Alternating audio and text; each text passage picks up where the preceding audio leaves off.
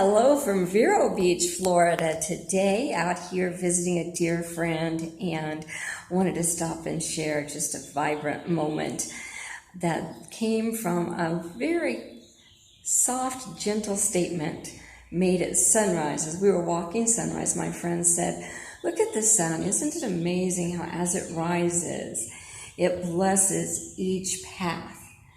And it was indeed blessing each path. It was blessing and shining upon our path as we walked. It was shining upon those who were fishing, those who were sitting in benches and observing the sunrise. Everyone was getting a ray of sunshine indiscriminately. Every path was blessed. I want you to feel that. I want you to hear that. Every path was blessed, and each path was truly unique. You know, that is the truth of life. There are more than 7 billion people on this planet today, and there are more than 7 billion unique life paths, soul journeys. And each of us have a very unique, highly valuable contribution to make to the tapestry of life. I don't know if you've ever done puzzles. My mother loved to do 1,000-piece puzzles on the dinner table. So the box would be turned over, and all of a sudden, all of us, 6 of us in my family, all 6 of us would circle around and start looking for pieces, making sure this piece fit there. And so many of the pieces looked alike. They would have the same color. They would have similar shapes. But we knew that each shape was unique, and each shape had its own place. And if you really tried to shove the wrong piece of the puzzle into a hole where it didn't belong, you'd destroy the entire puzzle. What a clear picture of life. So many of us have lived parts of life trying to fit where we don't belong. I read an article this morning by a beautiful writer who shared the memoirs of being a misfit.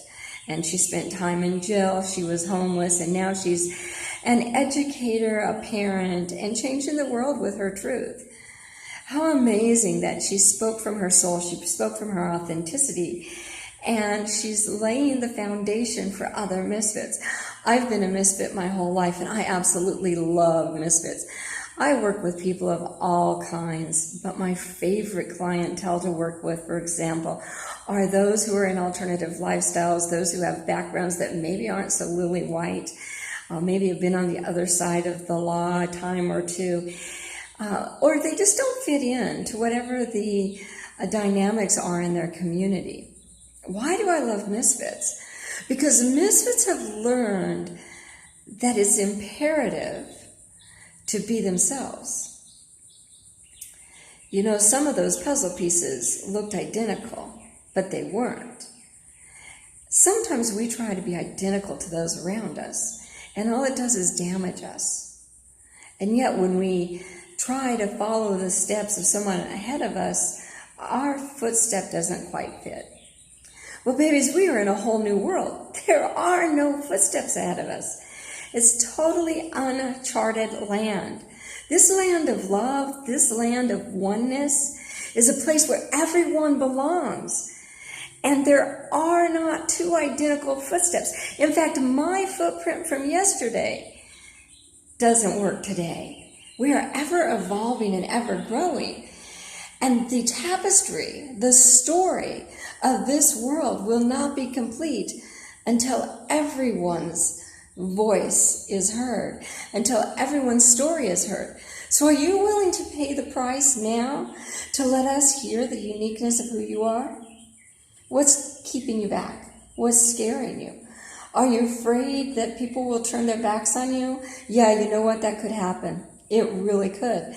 But that doesn't matter because there really truly are more arms out there to receive you in love. As I've become more and more authentically myself, my rainbow sphere of friends and loved ones has amplified and grown. But I had to take the risk to come off the pedestal, to come off my high throne and be seen for who I am.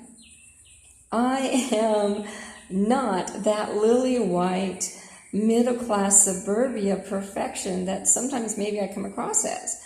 Actually, I grew up in poverty and was a minority.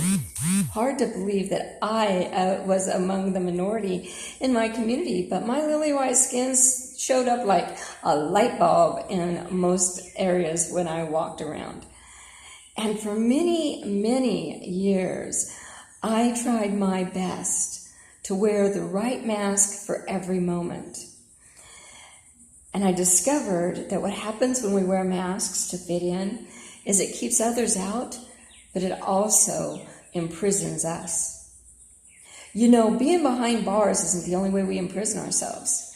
Sometimes being behind bars is the greatest of freedom, because that's when we release the truth of who we are and let go of all the lies that got us in behind bars. I have a very dear, precious friend of mine who is in prison and shining her light unbelievably, and I'm so proud. I won't call her name out, but I hope someday she sees this video and knows how proud I am of her.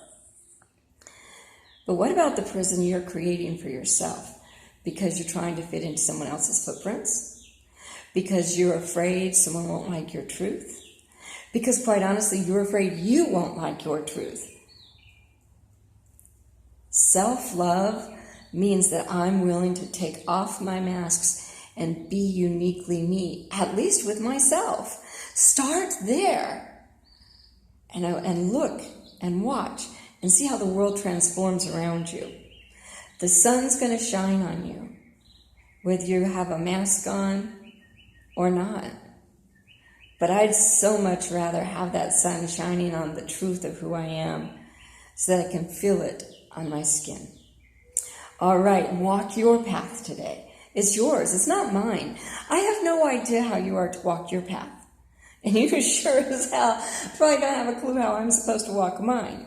But I'll tell you what, we walk this path together. You know, there was that famous saying, we are just walking each other home. We are home, babies. It's now. This new world is here. The new world is love. Celebrate your magnificence. Bring it out. Bring it out in your art. Bring it out in your poetry. Bring it out in the way you do your job today. Bring it out in the way you love your loved ones. Let us see your unique shine. And I'll let you see my unique shine. I love you. I love your amazing magnificence. And I ask that today you'll remember that more than anything, we are one. Love you, babies. Live it.